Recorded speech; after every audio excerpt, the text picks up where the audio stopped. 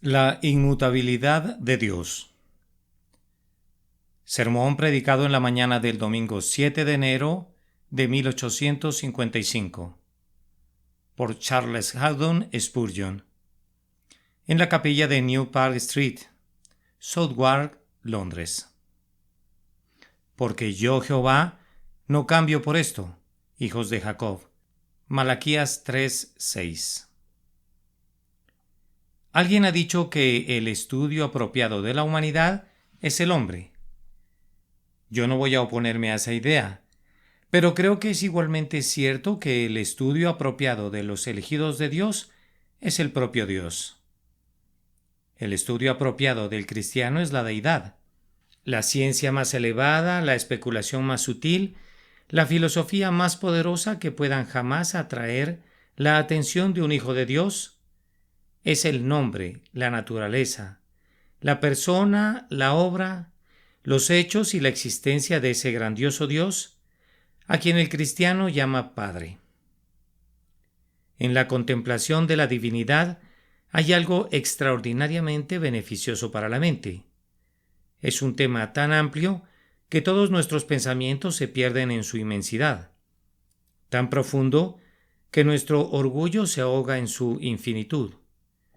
Nosotros podemos abarcar y enfrentar otros temas.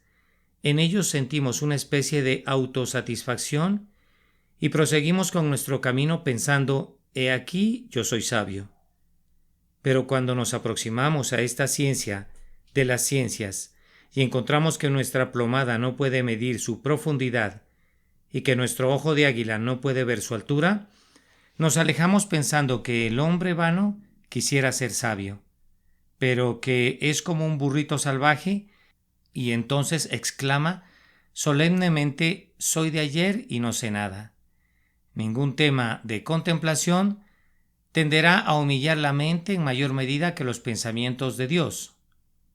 Nos veremos obligados a sentir: gran Dios, cuán infinito eres tú, y nosotros somos solo unos gusanos sin valor. Pero si el tema humilla la mente, también la expande. Aquel que piensa en Dios con frecuencia tendrá una mente más grande que el hombre que simplemente camina con pesadez alrededor de este globo estrecho. Quizás se trate de un biólogo que hace alarde de su habilidad para hacer la disección de un escarabajo, estudiar la anatomía de una mosca o clasificar a los insectos y a los animales en grupos que tienen nombres casi imposibles de pronunciar. Puede ser un geólogo capaz de disertar sobre el megaterio y el plesiosauro y todos los demás tipos de animales en extinción. Él puede pensar que, independientemente de cuál sea su ciencia, su mente se ve ennoblecida y engrandecida. Me atrevo a decir que así es, pero después de todo, el estudio más excelente para ensanchar el alma es la ciencia de Cristo y Cristo crucificado, y el conocimiento de la deidad en la gloriosa Trinidad.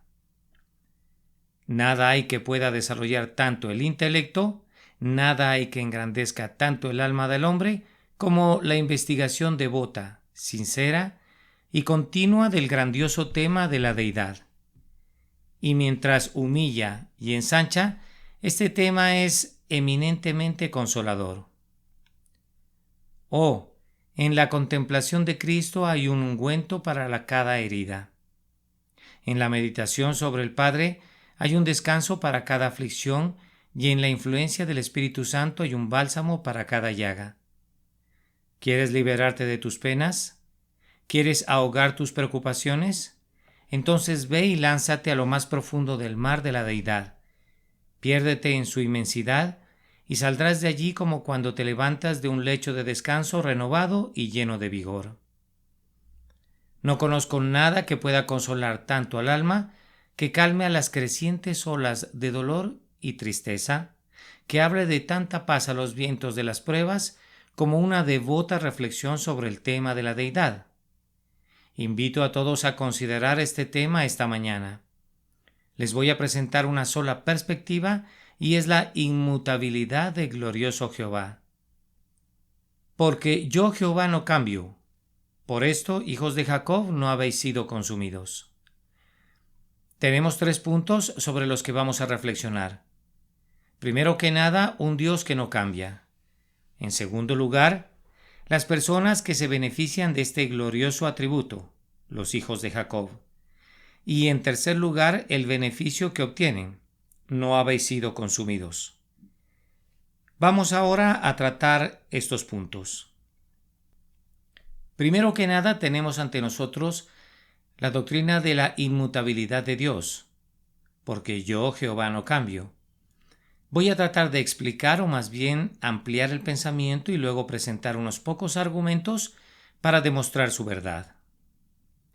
Para ofrecerles una exposición de mi texto, primero voy a decirles que Dios es Jehová y que Él no cambia en su esencia. No podemos decirles que es la deidad. No sabemos qué sustancia es esa que llamamos Dios. Es una existencia, es un ser. Pero no sabemos qué es eso. Sin embargo, cualquier cosa que eso sea, nosotros la llamamos su esencia, y esa esencia nunca cambia. La sustancia de las cosas mortales siempre está cambiando. Las montañas cubiertas de coronas de blanca nieve se deshacen de sus viejas diademas durante el verano. En ríos que se deslizan por sus costados, mientras la nube de tormenta les da una nueva corona. El océano, con sus poderosas corrientes, pierde agua cuando los rayos del sol besan las olas que disuelven en una espuma que se eleva al cielo. Aún el propio sol requiere de combustible fresco de la mano del infinito todopoderoso para alimentar su horno ardiente. Todas las criaturas cambian, el hombre especialmente en lo relacionado a su cuerpo. Siempre está experimentando una revolución. Muy probablemente no hay una sola partícula en mi cuerpo que haya estado allí hace unos pocos años. Esta estructura ha sido desgastada por la actividad, sus átomos eliminados por la fricción. Partículas frescas de materia se han acumulado constantemente en mi cuerpo y así ha sido renovado. Su sustancia ha cambiado. Este mundo está hecho de un material que siempre está discurriendo como un arroyo. Unas gotas están huyendo mientras otras las están persiguiendo, manteniendo siempre lleno el arroyo, pero siempre cambiando en cuanto a sus elementos. Pero Dios es perpetuamente el mismo. No está hecho de ninguna sustancia o material, sino que es puro espíritu, un espíritu esencial y etéreo, y por tanto Él es inmutable. Él permanece por siempre el mismo. No hay arrugas en su frente eterna. La edad no lo ha debilitado ni los años lo han marcado con los recuerdos de su vuelo. Él ve que pasan las edades, pero en lo que a él concierne es siempre ahora.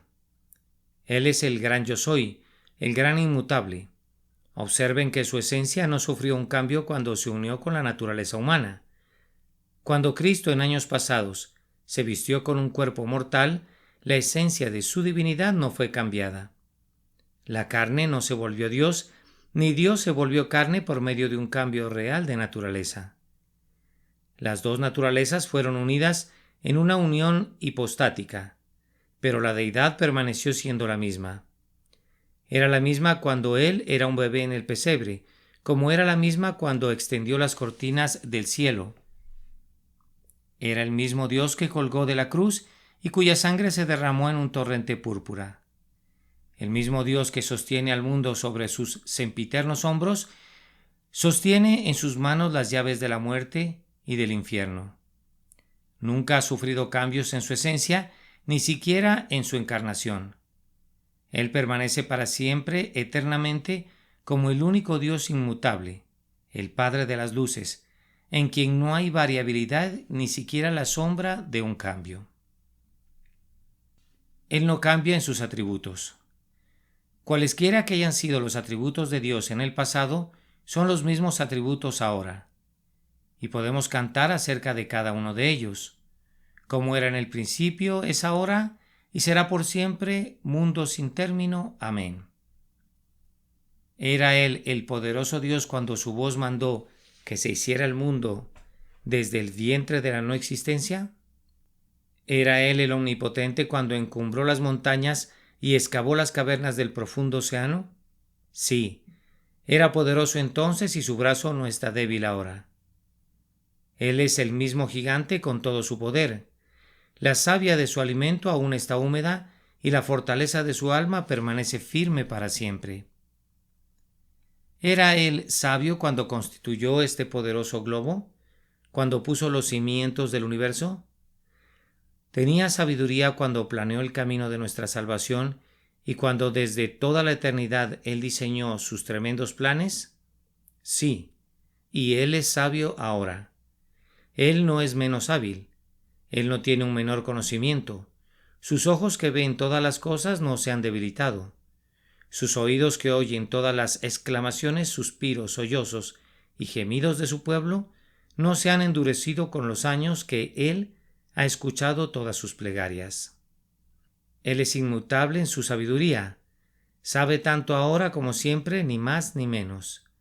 Tiene la misma habilidad consumada y la misma previsión infinita. Él es inmutable. Bendito sea su nombre en su justicia.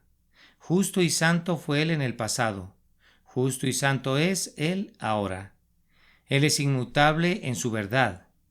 Él lo ha prometido y su promesa se ha convertido en realidad. Él lo ha dicho y se hará. Él no cambia en la bondad y generosidad y benevolencia de su naturaleza. No se ha convertido en un tirano todopoderoso después de haber sido un Padre todopoderoso.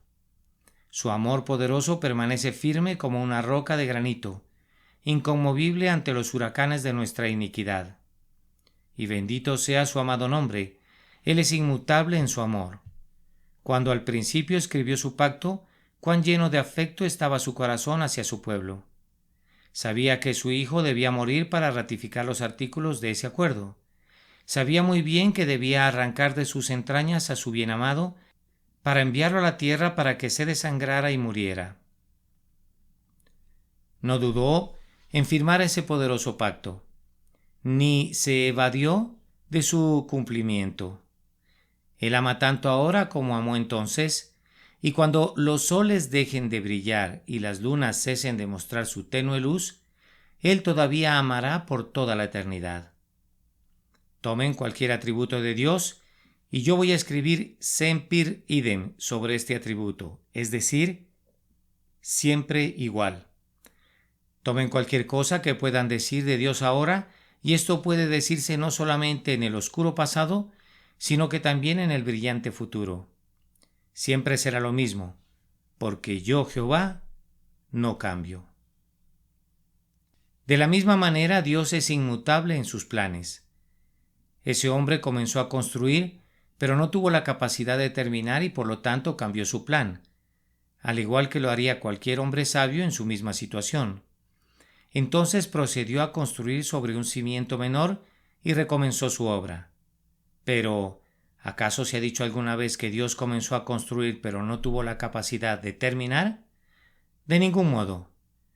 Teniendo recursos sin límites a su plena disposición y cuando su propia diestra podía crear mundos tan numerosos como las gotas del rocío matutino, ¿se detendrá alguna vez porque no tiene poder? ¿Acaso tendría que invertir, alterar o descomponer su plan?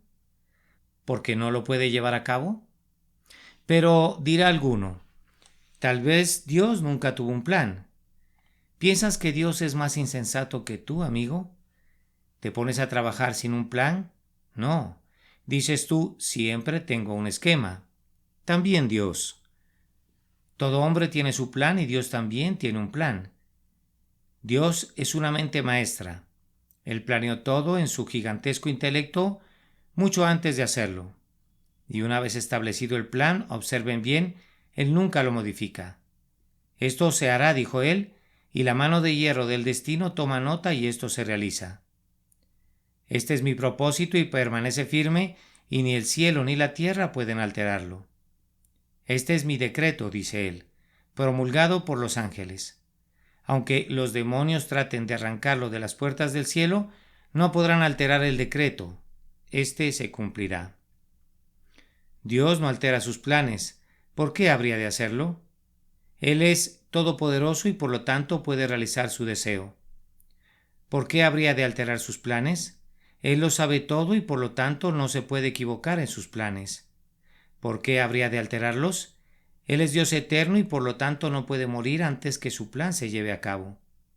¿Por qué habría de cambiar? Ustedes, átomos de existencia sin ningún valor, cosas efímeras de un día. Ustedes, insectos que se arrastran sobre la hoja del laurel de la existencia. Ustedes pueden cambiar sus planes, pero Él nunca, nunca cambia los suyos, puesto que Él me ha dicho que su plan es salvarme. Por eso yo soy salvo.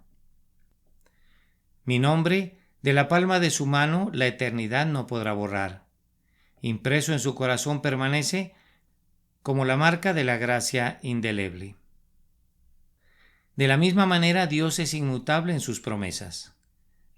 Nos agrada hablar acerca de las dulces promesas de Dios. Pero si pudiéramos suponer alguna vez que una de ellas pudiera cambiar, no las volveríamos a mencionar más. Si yo pensara que los cheques del Banco de Inglaterra no se pudieran cambiar la semana entrante, no aceptaría recibir un cheque. Y si yo pensara que las promesas de Dios no se van a cumplir, si yo pensara que Dios no tendría ningún problema en alterar alguna palabra de sus promesas, entonces adiós a las Escrituras.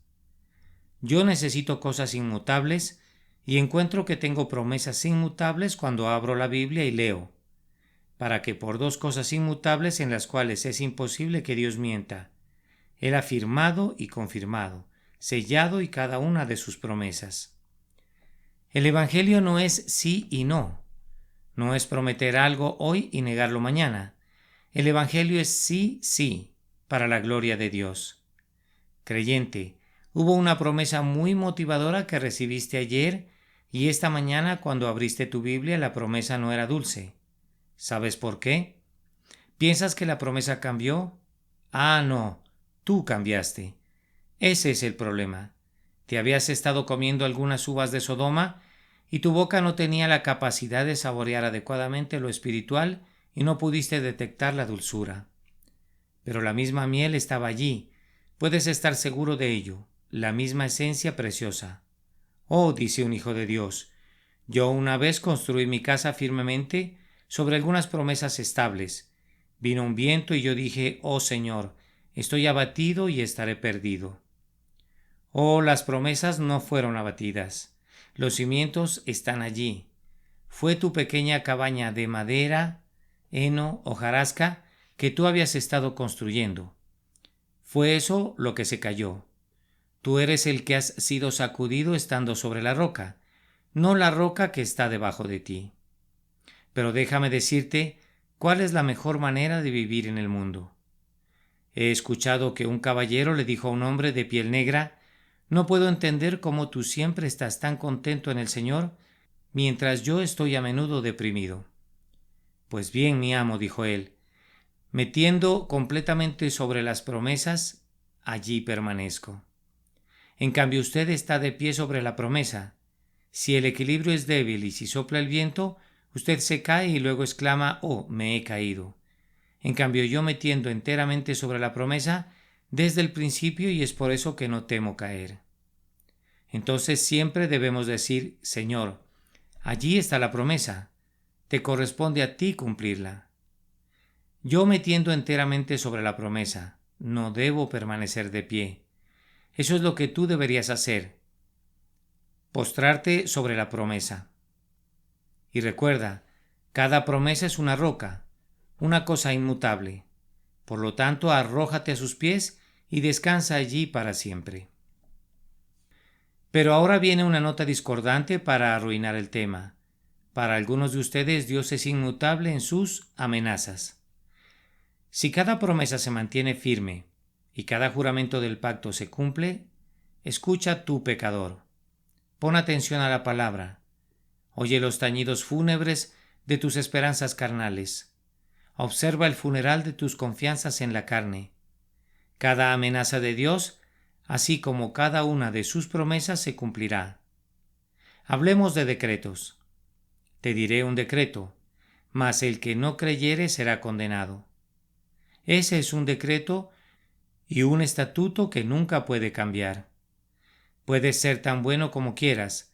ser tan moral como puedas, ser tan honesto como desees, caminar tan derecho como puedas.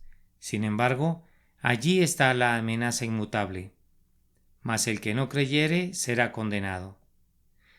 ¿Qué dices a eso, moralista? Oh, quisieras poder alterarlo y decir, aquel que no viva una vida santa será condenado. Eso va a ser cierto, pero no es lo que dice. Dice, el que no creyere.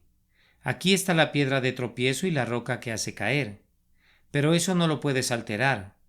Debes creer o ser condenado, dice la Biblia. Y fíjate bien, esa amenaza de Dios es tan inmutable como Dios mismo. Y cuando hayan transcurrido 1000 años de tormentos en el infierno, mirarás a lo alto y verás escrito en letras ardientes de fuego, mas el que no creyere será condenado. Pero Señor, yo soy un condenado. Sin embargo, dice, será aún. Y cuando 1.000.000 de edades se hayan desplegado y estés exhausto en medio de tus dolores y agonías, volverás tus ojos hacia lo alto y todavía leerás, será condenado.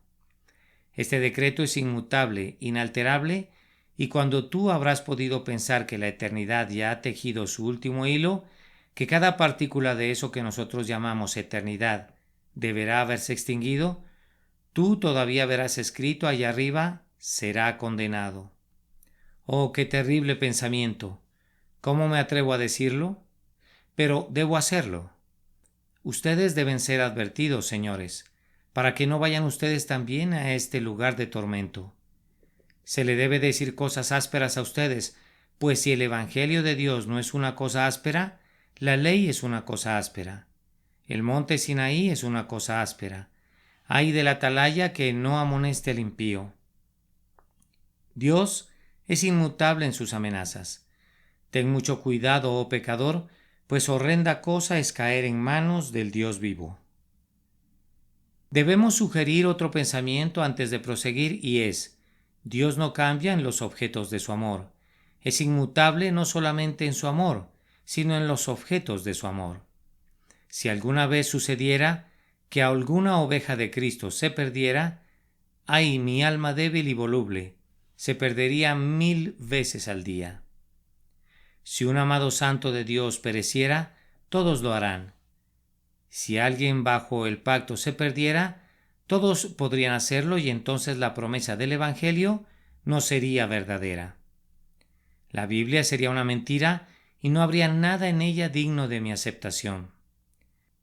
Yo me convertiría en un infiel de inmediato, si pudiera creer que un asunto de Dios pudiera perderse para siempre al fin. Si Dios me ha amado una vez, entonces Él me amará para siempre. Si Jesús brilló sobre mí una vez, entonces Jesús es para siempre mío. Los objetos de un amor eterno nunca cambian. A quienes Dios ha llamado los ha de justificar, a quienes ha justificado los ha de santificar, y a quien Él santifica lo ha de glorificar. Así, habiendo dedicado mucho tiempo tal vez para simplemente explicar el concepto de un Dios inmutable, voy a tratar de demostrar ahora que Él no es cambiable. Yo no soy un predicador argumentativo, pero voy a mencionar un argumento que es la misma existencia y el ser de Dios me parece a mí que implican inmutabilidad. Permítanme reflexionar por un momento. Hay un Dios. Este Dios rige y gobierna todas las cosas. Este Dios creó el mundo y Él lo sostiene y lo mantiene. ¿Cómo será este Dios? Me parece ciertamente que no podemos pensar en un Dios mutable. Concibo que el pensamiento es tan repugnante al sentido común que si nosotros pensamos por un momento en un Dios que cambia, las palabras parecen chocar entre sí y estamos obligados a decir, entonces debe ser un tipo de hombre, y llegar a la idea de un Dios de la misma manera que lo han hecho los mormones. Me imagino que es imposible concebir a un Dios cambiante, al menos lo es para mí. Otros podrán ser capaces de pensar eso, pero yo no podría considerarlo ni por un momento. Yo no podría pensar que Dios es mutable, de la misma manera que no me puedo imaginar a un cuadrado redondo o ninguna otra cosa absurda por el estilo. Este concepto de un Dios cambiante es tan contradictorio que estoy obligado a incluir la idea de un ser inmutable, tan pronto digno Dios. Bien, pienso que en un argumento será suficiente, pero podemos encontrar otro argumento en el hecho de la perfección de Dios. Creo que Dios es un ser perfecto. Entonces, si Él es un ser perfecto, Él no puede cambiar. ¿Pueden ver esto? Supongan que yo soy perfecto hoy. Si fuera posible que yo cambiara, ¿sería yo perfecto mañana después de la alteración? Si yo cambié, debía haber cambiado en un estado bueno a uno mejor. Y entonces, si puedo mejorar, no puedo ser perfecto ahora. O también pude haber cambiado de un estado mejor a uno peor, y si estuviera en una peor condición no hubiera sido perfecto al principio. Si soy perfecto, no puedo ser alterado y no volverme imperfecto. Si soy perfecto hoy, me debo mantener igual mañana si voy a mantener mi perfección. Así, si Dios es perfecto, Él debe ser el mismo, pues el cambio implicaría imperfección ahora o imperfección después. También está el hecho de la infinitud de Dios, que elimina completamente el concepto de cambio. Dios es un ser infinito. ¿Qué significa eso? No existe un hombre que te pueda decir lo que entiende por un ser infinito, pero no pueden haber dos infinitos. Si una cosa es infinita, no hay espacio para nada más, pues infinito quiere decir todo. Quiere decir sin límites, no finito porque no tiene fin. Bien, no puede haber dos infinitos. Si Dios es infinito hoy y después cambiara y siguiera siendo infinito, habría dos infinitos. Pero eso no puede ser. Supongamos que es infinito y después cambia. Entonces debe volverse finito y no podría ser Dios. O Él es finito hoy y finito mañana, o es infinito hoy y infinito mañana, o finito hoy e infinito mañana. Todas estas suposiciones son igualmente absurdas. El hecho de que Él es infinito de inmediato sofoca el pensamiento de que Él es un ser cambiable. La palabra inmutabilidad está escrita sobre la propia frente de la infinitud. Ahora, queridos amigos, miremos al pasado y allí vamos a recoger algunas evidencias de la naturaleza inmutable de Dios. ¿Ha hablado Jehová y no lo ha cumplido? ¿Lo ha jurado y no ha sucedido? ¿Acaso no puede decirse de Jehová, Él ha hecho toda su voluntad y ha cumplido todo su propósito? Miren a las ciudades de los filisteos. Dios dijo: Lamenta Asdod y ustedes puertas de Gaza, pues ustedes serán derribadas. ¿Y dónde están ahora? ¿Dónde está Edom? Pregunten a Petra y a sus murallas en ruinas. ¿Acaso su eco no repetirá la verdad que Dios ha dicho? Edom será una presa y será destruido. ¿Dónde está Babel y dónde está Nínive? ¿Dónde Moab y dónde Amón? ¿Dónde están las naciones que Dios dijo que destruiría?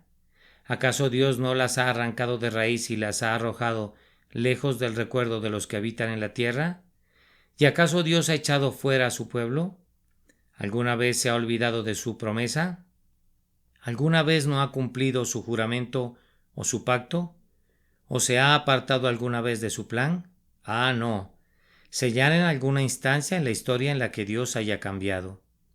No podrán hacerlo, señores, pues a través de toda la historia resalta el hecho que Dios ha sido inmutable en sus propósitos. Me parece que oigo que alguien dice: yo puedo recordar un pasaje de la Escritura donde Dios cambió. Y yo mismo pensé eso una vez. El caso al que me refiero es ese de la muerte de Ezequías. Isaías entró y dijo: Ezequías, tú vas a morir, tu enfermedad es incurable, ordena tu casa. Él volvió su rostro a la pared y comenzó a orar. Y antes que Isaías saliese hasta la mitad del patio, se le ordenó que regresara y le dijera: vas a vivir 15 años más. Ustedes podrían pensar que eso demuestra que Dios cambia, pero yo no puedo ver en el relato la menor prueba de cambio que pueda existir. ¿Cómo sabes que Dios no conocía eso? Oh, Dios sí lo sabía. Él sabía que Ezequías viviría, por tanto, él no cambió. Pues si él sabía eso, ¿cómo podía cambiar? Eso es lo que yo quisiera saber. Pero ¿conoces un pequeño detalle? Que el hijo de Ezequías, Manasés, no había nacido entonces, y que si Ezequías hubiera muerto no hubiera existido Manasés, y no hubiera existido Josías ni tampoco Cristo, porque Cristo vino precisamente de ese linaje. Ustedes podrán comprobar que Manasés tenía 12 años cuando su padre murió, de tal manera que debió haber nacido 3 años después de estos hechos. ¿Y no creen ustedes que Dios había decretado el nacimiento de Manasés y lo conocía de antemano? Ciertamente. Entonces, él decretó que Isaías fuera y le dijera a Ezequías que su enfermedad era incurable y que después le dijera en el mismo aliento: He aquí que yo te sano y tú vivirás. Él dijo eso para incitar a Ezequías a la oración. Habló en primer lugar como hombre. De acuerdo a las probabilidades humanas, tu enfermedad es incurable y te vas a morir. Después, esperó hasta que Ezequías oró y luego vino un pequeño pero al final de la frase. Isaías no había terminado la frase. Él dijo: Debes ordenar tu casa, pues no hay humana cura, pero... Y después salió Ezequías, oró un poco y después entró de nuevo y dijo: Pero he aquí que yo te sano. ¿Acaso hay alguna contradicción allí? Excepto en el cerebro de quienes luchan contra el Señor y desean convertirlo en un ser cambiante. Ahora, en segundo lugar, permítanme decir una palabra sobre las personas para quienes este Dios inmutable es un beneficio. Porque yo, Jehová, no cambio, por esto, hijos de Jacob, no habéis sido consumidos. Entonces, ¿quiénes son los hijos de Jacob que pueden gozarse en un Dios inmutable? 1. En primer lugar son los hijos de la elección de Dios, pues está escrito: A Jacob amé, mas a Esaú aborrecí, pues no habían aún nacido, ni habían hecho aún ni bien ni mal. Está escrito: El mayor servirá al menor. Los hijos de Jacob son los hijos de la elección de Dios que por gracia soberana son creyentes, por un eterno designio. Ellos reciben gracia y gloria. Los hijos de Jacob son los elegidos de Dios, son los que Él conoció de antemano y ordenó de antemano para salvación eterna. Los hijos de Jacob quiere decir, en segundo lugar, personas que gozan derechos y títulos especiales. Jacob, ustedes saben, no tenía derechos por nacimiento, pero él pronto los adquirió. Él cambió un guisado de lentejas con su hermano Esaú y así ganó la primogenitura. Yo no justifico los medios, pero él también obtuvo la bendición y así adquirió derechos especiales. Los hijos de Jacob quiere decir personas que poseen derechos y títulos especiales a los que creen. Él les dio la potestad y el derecho de ser hechos hijos de Dios. Ellos tienen un interés en la sangre de Cristo. Ellos tienen un derecho para entrar por las puertas en la ciudad. Tienen un título para recibir honores eternos. Poseen una promesa de gloria eterna. Tienen un derecho de llamarse hijos de Dios. Hay derechos y privilegios especiales que pertenecen a los hijos de Jacob. Luego, a continuación, estos hijos de Jacob eran hombres de manifestaciones especiales. Jacob había tenido manifestaciones muy especiales de su Dios y así había sido honrado grandemente. Una vez, una noche se acostó y durmió. Tenía los setos del camino por cortinas y el cielo por su pabellón, una piedra por almohada y la tierra por cama. Entonces él tuvo una manifestación peculiar. Había una escalera y él vio a los ángeles de Dios que ascendían y descendían.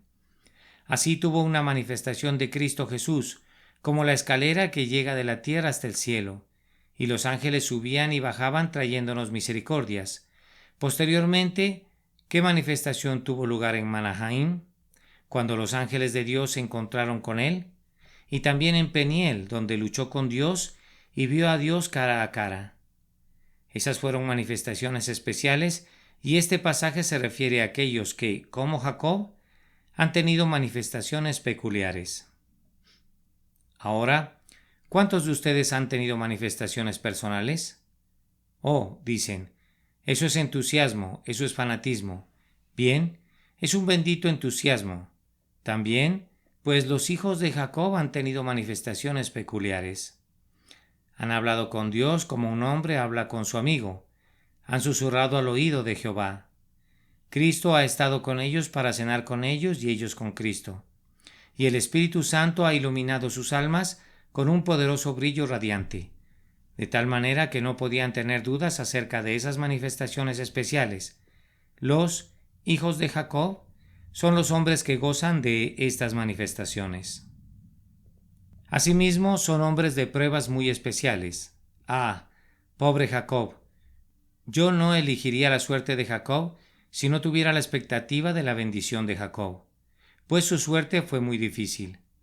Tuvo que huir de la casa de su padre, llegando a la casa de Labán, y luego ese viejo y rudo Labán lo engañó todos los años que permaneció allí.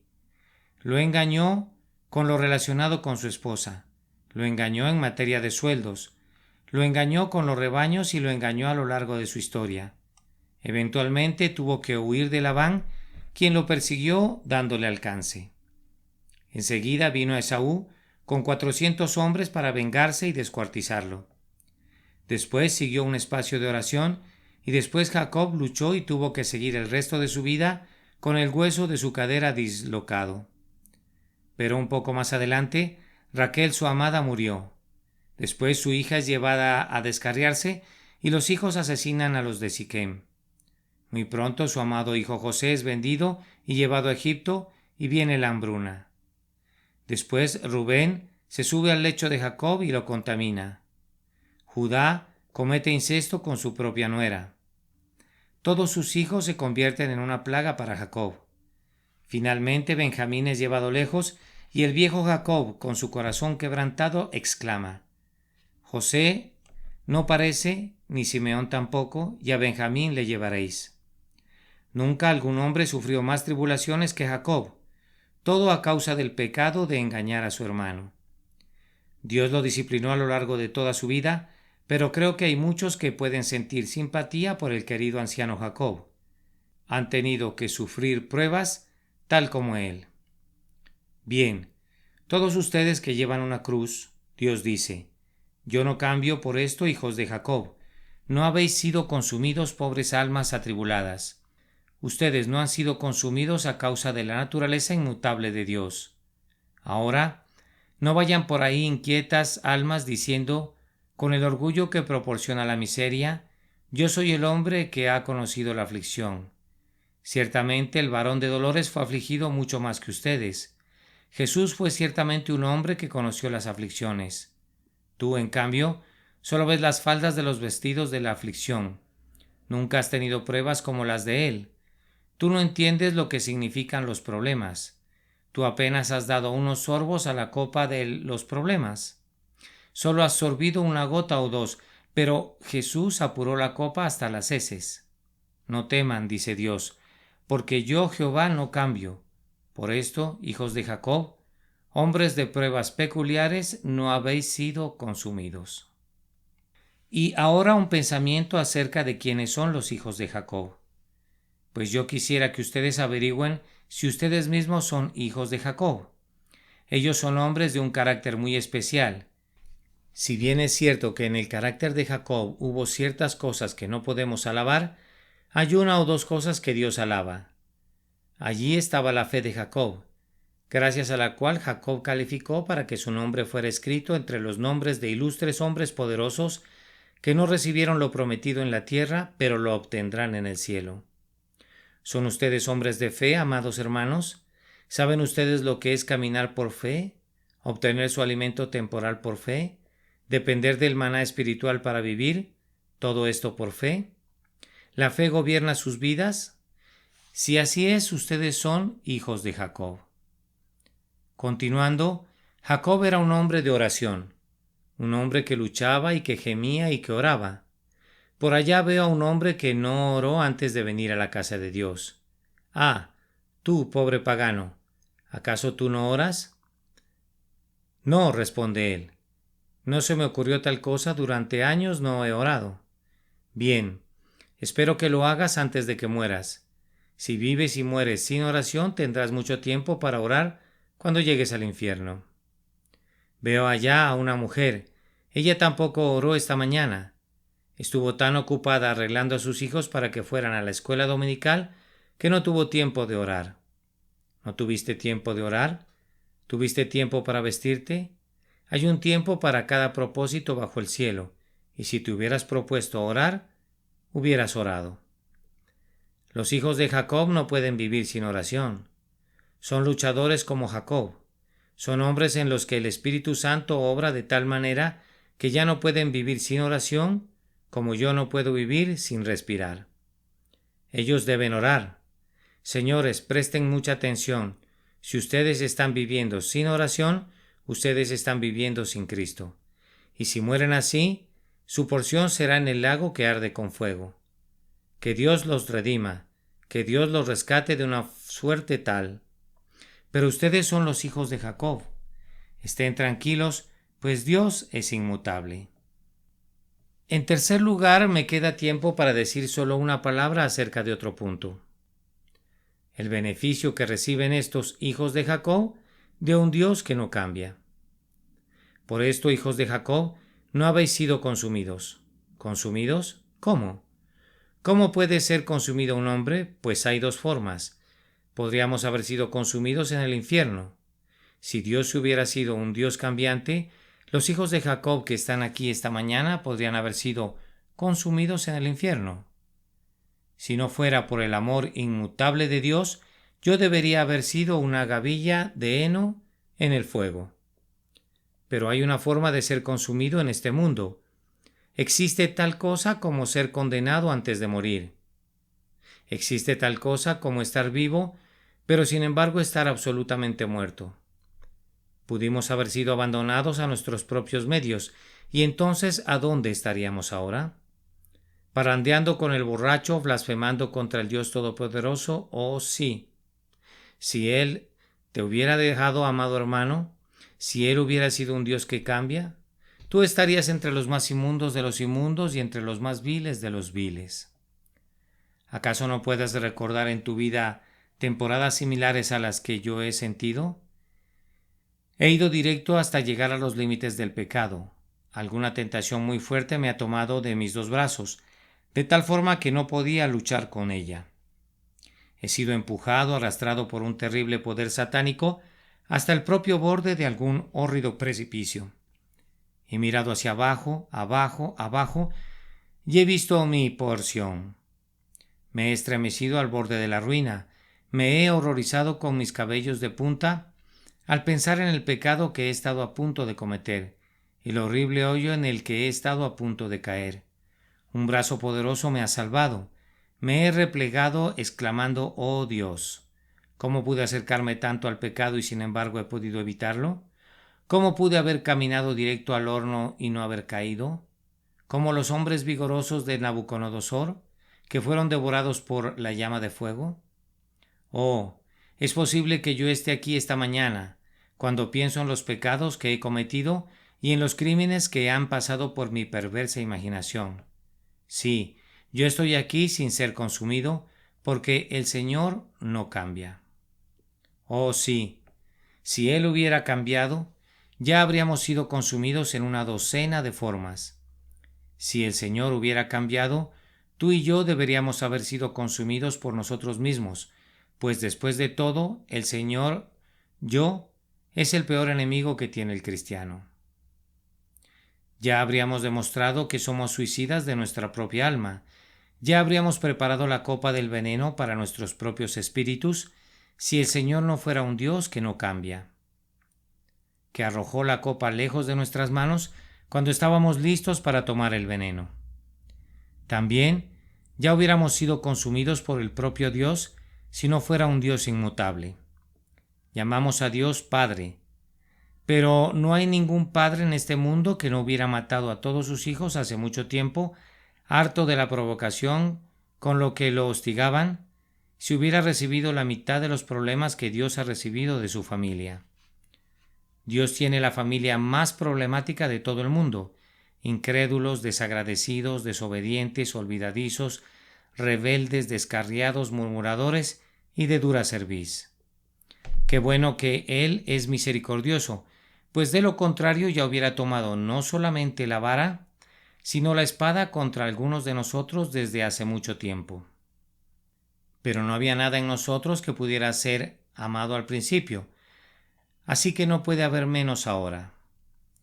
John Newton solía contar una rara historia, e invariablemente se reía al contarla, de una buena mujer que decía: para demostrar la doctrina de la elección, Señor Dios, debe haberme amado antes de que yo naciera, pues de lo contrario no habría visto nada en mí posteriormente que Él pudiera amar.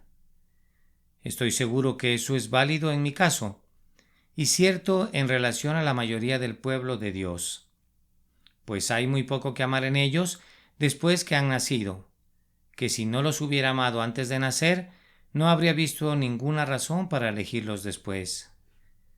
Pero, puesto que los amó sin obras, todavía los ama sin obras. Puesto que sus buenas obras no ganaron su afecto, las malas obras no pueden suprimir ese afecto. Puesto que la justicia de ellos no sirvió de lazo para su amor, así la perversidad de ellos no puede cortar esos lazos dorados. Él los amó por su pura gracia soberana y los va a amar aún. Pero nosotros deberíamos haber sido consumidos por el diablo y por nuestros enemigos, consumidos por el mundo, consumidos por nuestros pecados, por nuestras pruebas y en cientos de formas más, si Dios hubiera cambiado alguna vez. Bien, se nos ha terminado el tiempo y ya no me resta decir mucho. Solo he tocado el tema de manera superficial. Ahora se los entrego a ustedes. Que el Señor les ayude a ustedes, hijos de Jacob, a llevar a su casa esta porción de alimento. Digiéranlo bien y aliméntense de él. Que el Espíritu Santo aplique dulcemente las cosas gloriosas que están escritas y que ustedes disfruten de un banquete de manjares suculentos, banquete de vinos refinados, de gruesos tuétanos y de vinos purificados. Recuerden que Dios es el mismo, independientemente de lo que se quite. Sus amigos pueden perder el afecto, sus ministros pueden ser cambiados, todo puede cambiar, excepto Dios. Sus hermanos pueden cambiar y clasificarlos como viles, pero Dios de todas maneras los va a amar. Su situación en la vida puede cambiar y pueden perder sus propiedades. Toda la vida de ustedes puede ser sacudida y se pueden volver débiles y enfermizos. Todas las cosas pueden abandonarlos, pero hay un lugar donde el cambio no puede poner su dedo. Hay un hombre sobre el cual no se puede escribir mutabilidad. Hay un corazón que no sufre alteraciones. Ese corazón es el corazón de Dios. Ese nombre es amor. Amén. La inmutabilidad de Dios.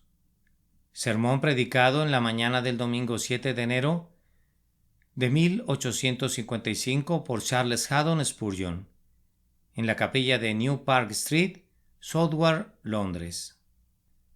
Porque yo Jehová no cambio, por esto hijos de Jacob no habéis sido consumidos. Malaquías capítulo 3, versículo 6.